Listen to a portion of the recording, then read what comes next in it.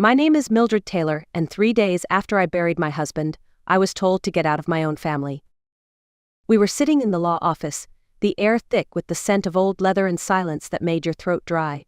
My son Wade kept shifting in his seat, like a child caught cheating on a test, while his wife Sloane crossed her legs and flicked invisible lint from her designer skirt. I still wore my black funeral dress. I hadn't even had time to grieve properly. The lawyer, Mr. Kent, began reading Levy's will with that practiced monotone that made every word feel like it weighed 10 pounds. To my beloved wife, Mildred, I leave the ranch property on Millstone Ridge. Before he could continue, Sloane let out a dramatic sigh. Oh, for heaven's sake, she muttered. Just take that rundown place and go live out your golden years pretending to be a pioneer. Wade said nothing. Not a word in my defense. This was the boy I raised with late-night lullabies and hand-me-downs sewn from scratch. Now he sat there, hands folded, silent. The rest of Levy's estate, our home, the bank accounts, the investments, was divided cleanly between Wade and Sloane. When it ended, Sloane stood and looked at me with a smirk I'll never forget. I guess that settles it, she said sweetly. Take your little ranch and go live out there alone. Maybe the isolation will help you reflect on where you failed as a mother. I didn't argue. I didn't cry. I just said, understood, and walked out with my purse clutched tight against my ribs. They thought they were sending me away with nothing. But 1 week later, I would discover something in the basement of that so-called worthless ranch that would make my phone ring 62 times. Not that I planned on answering. The ride home from that law office was silent, except for the hum of the tires against the pavement and the quiet war in my chest. Grief and betrayal don't scream.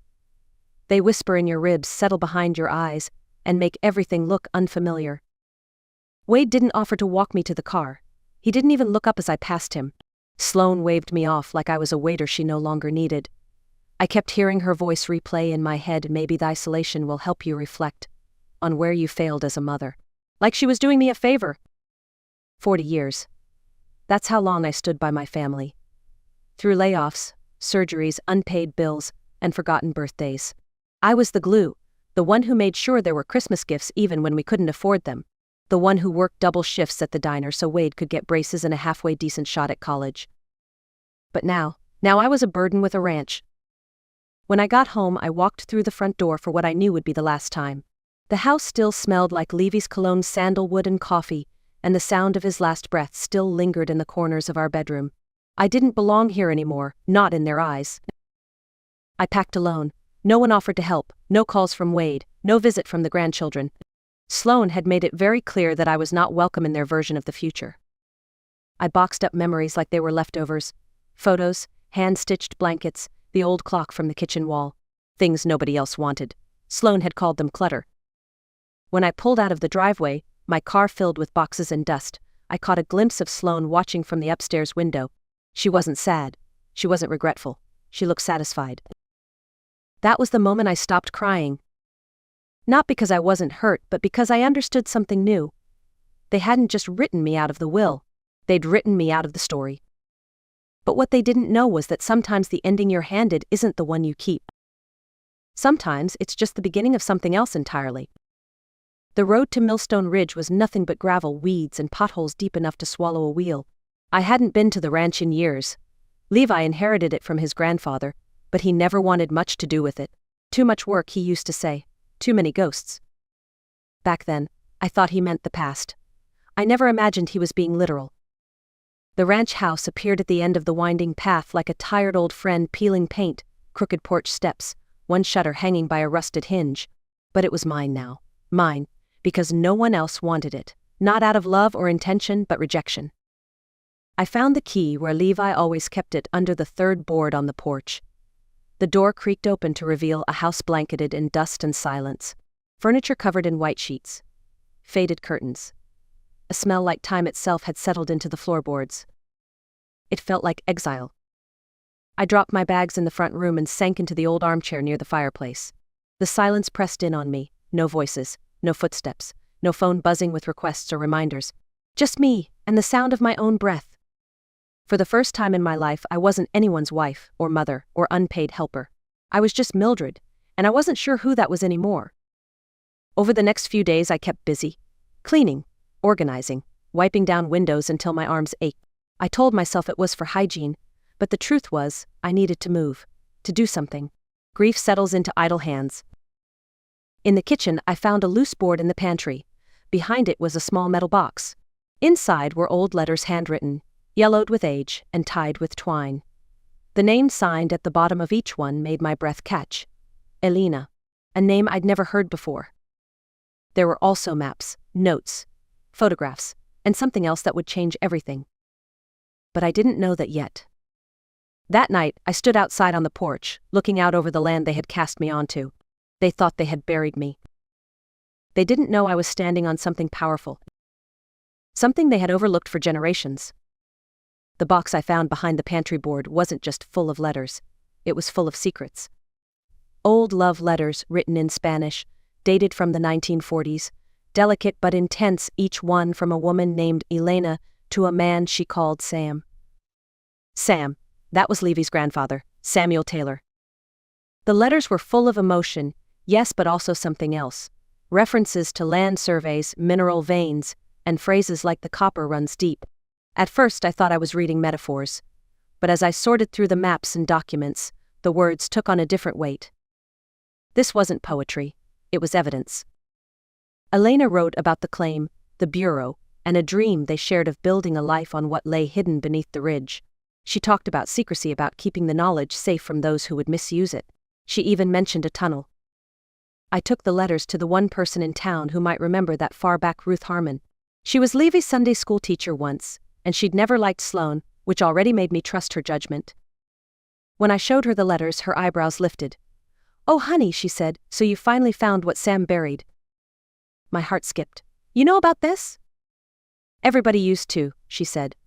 "Before the war, Sam was obsessed with mineral claims. Copper, silver, maybe more. Filed all kinds of papers. But after Elena passed, he shut down. Became a recluse. Folks forgot about the mining. Thought it was just a dream he let go of." "But it wasn't," I said. Ruth smiled. "No, dear, he just stopped talking about it." When I got home, I went straight to Levi's grandfather's old desk. I'd cleaned around it, but I hadn't opened the drawers yet. Inside were files, correspondence with the Bureau of Land Management, mineral rights applications, hand-drawn survey maps with annotations in the margins. One folder stood out. It was labeled Assay Reports. I opened it to find geological data charts, numbers, and technical notes that I didn't fully understand. But one phrase was written clearly across the top of a page: economically viable copper reserves present across 73% of Millstone Ridge Tract.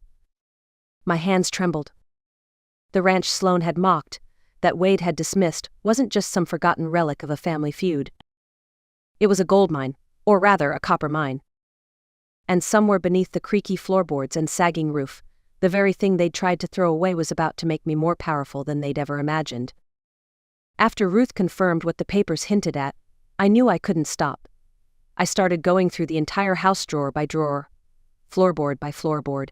What I found in the bedroom closet changed everything.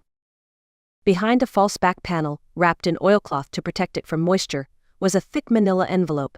Inside were updated geological reports dated from the 1970s all the way to 5 years ago.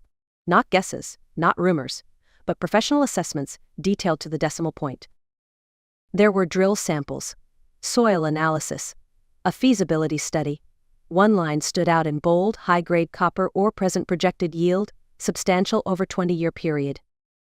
At the bottom was a letter from a mining company, Southwestern Mining Corporation. The date on it? Just 6 months before Levi died. They were offering a $2 million upfront lease plus quarterly royalties. But Levi had never responded. Not a single note scribbled on the margin. Just the envelope, sealed and untouched, as if he couldn't bear to face it. Then, at the bottom of the folder, I found a handwritten letter, in Levy's careful script. "Mildred deserves better than what I gave her. This is her chance to finally live the life she put aside for Wade and me. Don't let that woman ruin it." That woman. Even in private, he couldn't write Sloane's name, but his meaning was clear. He knew. He knew what she was, and he'd done everything he could to keep this secret from her. I sat on the floor for hours, surrounded by documents worth more than anything I'd ever held. I thought of all the years I'd clipped coupons to buy school supplies, of how we struggled to pay for Levi's medication, of how Wade had asked me more than once to co-sign loans for a house I wasn't welcome in. And now, the ranch they'd used to cast me aside was worth millions. I didn't rush to call the mining company, not yet. First, I poured a glass of water, turned off my phone, and took a long walk across the ridge as the sun set behind the hills. I needed to be sure, not just about the land, but about myself. Was I ready to stop being the woman who gave everything away? By the time I reached the old windmill, the answer was clear. Yes. I was done asking for permission. It was time to take the power I never knew I had and do something with it. The phone calls started before I even made a decision. First it was Wade, his name lighting up my screen like a warning, then Sloan. Then Wade again. I didn't answer. Not because I didn't want to, but because I finally understood something. Silence is powerful when you've been ignored for years. They didn't leave voicemails at first. Just hang-ups. Then came the messages, Sloan asking if I'd settled in okay, Wade wondering if I needed anything from town.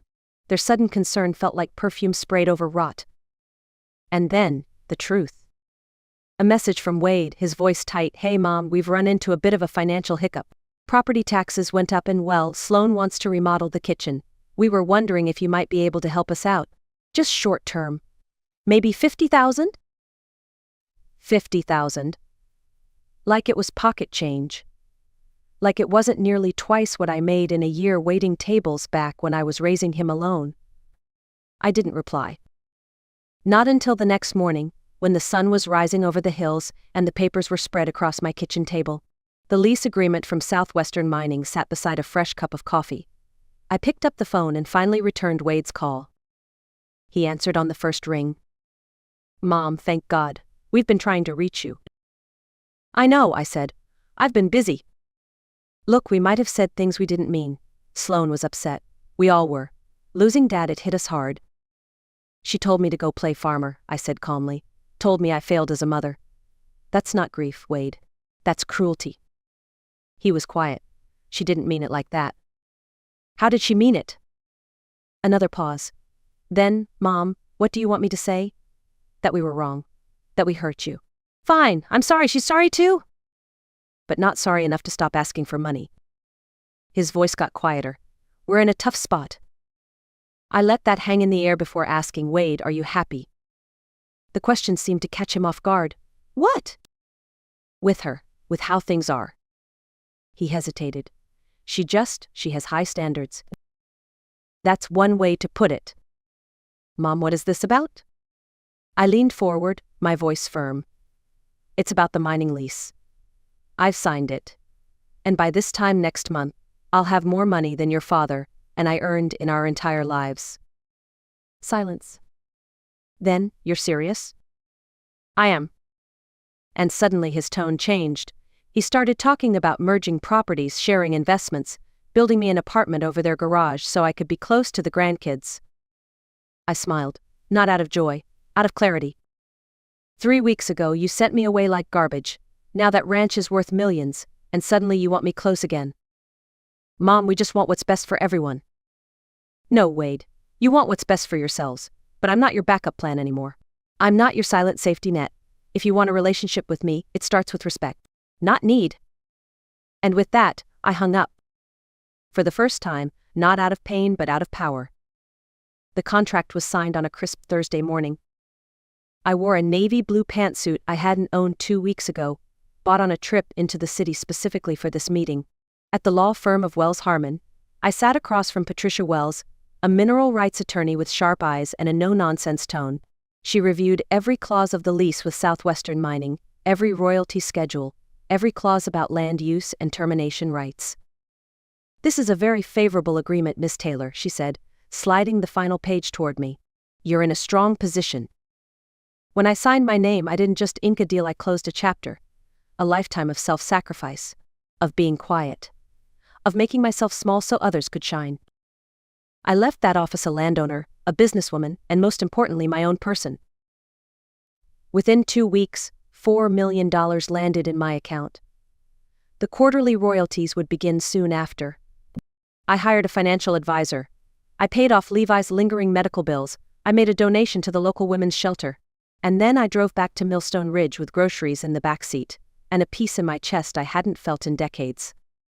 I renovated the house slowly, with intention. The original beams stayed. The old fireplace remained untouched.